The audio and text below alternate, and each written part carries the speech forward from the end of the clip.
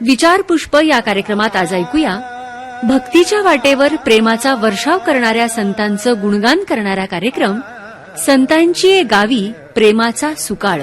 संतांची या गावी प्रेमाचा सुकाळ. लेखन आणि निरूपण स्नेहा शिंदखेडे यांचं. प्रेमाचा सुकाळ. काळ ज्या वेगाने बदलतो त्या वेगाने माणसाचं मन मात्र काही बदलत नाही. ते जुन्याशीच संलग्न असतं. कुठूनही मनाचं समाधान व्हावं म्हणून माणसाची धडपड चाललेली असते. त्यामुळे मानवी मनाला भविष्याची ओढ असते. भविष्यात सुख, समृद्धी, शांतता मिळेल का, आयुष्याची वाट बदलेल का, हे जाणून घेण्यासाठी मग माणसाची पावलं ज्योतिषाकडे वळतात. एक वर्ष असं झालं की गाणगापूरला गुरुप्रतिपदे निमित्त भरलेल्या यात्रेमध्ये आजच्या आधुनिक म्हणवल्या जाणाऱ्या काळामध्ये एक जुनी गोष्ट बघायला मिळाली. प्रसाद, बुक्का, हार, फुलं, बेदाणे, बत्तासे या दुकानांच्या गर्दीसमोर पथारी पसरून पोपटांसह बसलेले ज्योतिषी दिसले. पायगोळ झब्बा, लेंगा, माथ्यावर जटा, गळ्यात निरनिराळ्या माळा, शेजारी पिंजऱ्यात पोपट आणि जवळ खूप साऱ्या चिठ्ठ्या. पोपटाच्या माध्यमातून, चिठ्ठ्यांमधून माणसांचं भविष्य कथन करणाऱ्या या माणसांजवळ बऱ्यापैकी गर्दी होती बरं का. हे विशेषच आहे. तिथे थोड्या वेळ थबकल्यावर असं लक्षात आलं की नेहमीच्या सवयीने पोपटाला मालकाची भाषाही कळत होती.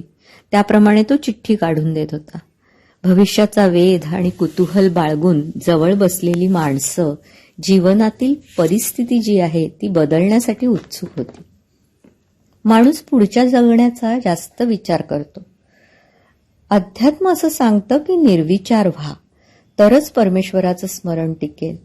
नामस्मरण करताना अहंकाराला बरोबर घेऊन आलेली कल्पना फार त्रास देते. ती नेहमी भविष्याचाच विचार करते. पूजनीय बाबा बेलसरे असं म्हणतात, कल्पनेची दुसरी बाजू ही स्मृती आहे आणि स्मृती ही भूतकाळ धरून ठेवते, तर कल्पना भविष्य काळाकडे बघते. माणूस जगत असतो मात्र वर्तमान काळात. तो जिथे जगत असतो तिथे क्षणभरही टिकत नाही. कल्पना थांबली की भविष्याचा विचार थांबतो. व्यवहारात भविष्याचा विचार सुनियोजित कार्यासाठी जरूर करावा. ब्रह्मचैतन्य गोंदवलेकर महाराज असं म्हणत की मीपणाने मरून गेलं ना की भविष्याची चिंता, उत्सुकता ही काही उरतच नाही. श्री मनाच्या श्लोकामध्ये समर्थ रामदास स्वामी म्हणतात, मनी मानव व्यर्थ चिंता वाहते, अकस्मात होणार होऊन जाते. घडे भोगणे सर्व ही कर्मयोगे, मती मंदते खेदमानी वियोगे. समर्थ म्हणतात, मन सारखं भूतकाळ भविष्यकाळ असं झोकाच घेत असतं. भूतकाळातल्या आठवणी कधी क्षोभ तर कधी निसटून गेलेले आनंद क्षण आठवून उदास होतं. माणसाचं मन वर्तमानात कधीच राहत नाही. भविष्याचा वेध घेणाऱ्या मनाला सतत वाटतं की पुढे सर्व नीट होईल ना माझं. आपण कुठली वाट निवडावी की जेणेकरून आपल्याला आनंद मिळेल. मन व्यर्थ चिंता वाहत असतं आणि जे घडणार असतं ते अकस्मात घडून जातं. कारण कर्म, माणसाचं पूर्वसंचित प्रारब्ध, यामुळे त्याचं आयुष्य घडतं. एक अमोघ शक्ती माणसाच्या आयुष्यामध्ये कार्य करत असते.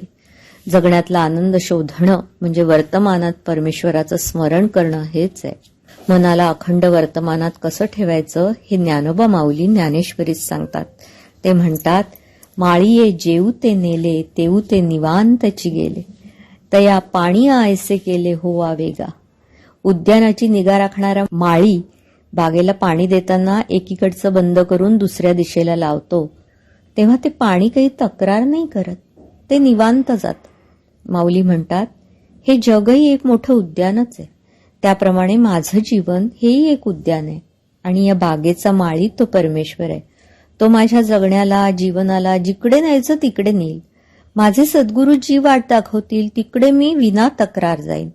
सगळं जीवन हे त्यांच्याच सत्तेनी, कृपेनी आणि इच्छेनी चाललंय हे कळलं म्हणजे मग भविष्याचा प्रश्न उरतोच कुठे. माऊली म्हणतात की या देहाचं प्रारब्ध जसं असेल तसा तो जागोजागी जाईल. कधी रोगी, कधी निरोगी, कधी रिकामा, कधी व्यस्त, परिस्थिती जशी असेल तसा. देह कुठेही गेला तरी मनाची बैठक मोडता कामा नये, ती स्थिर असावी.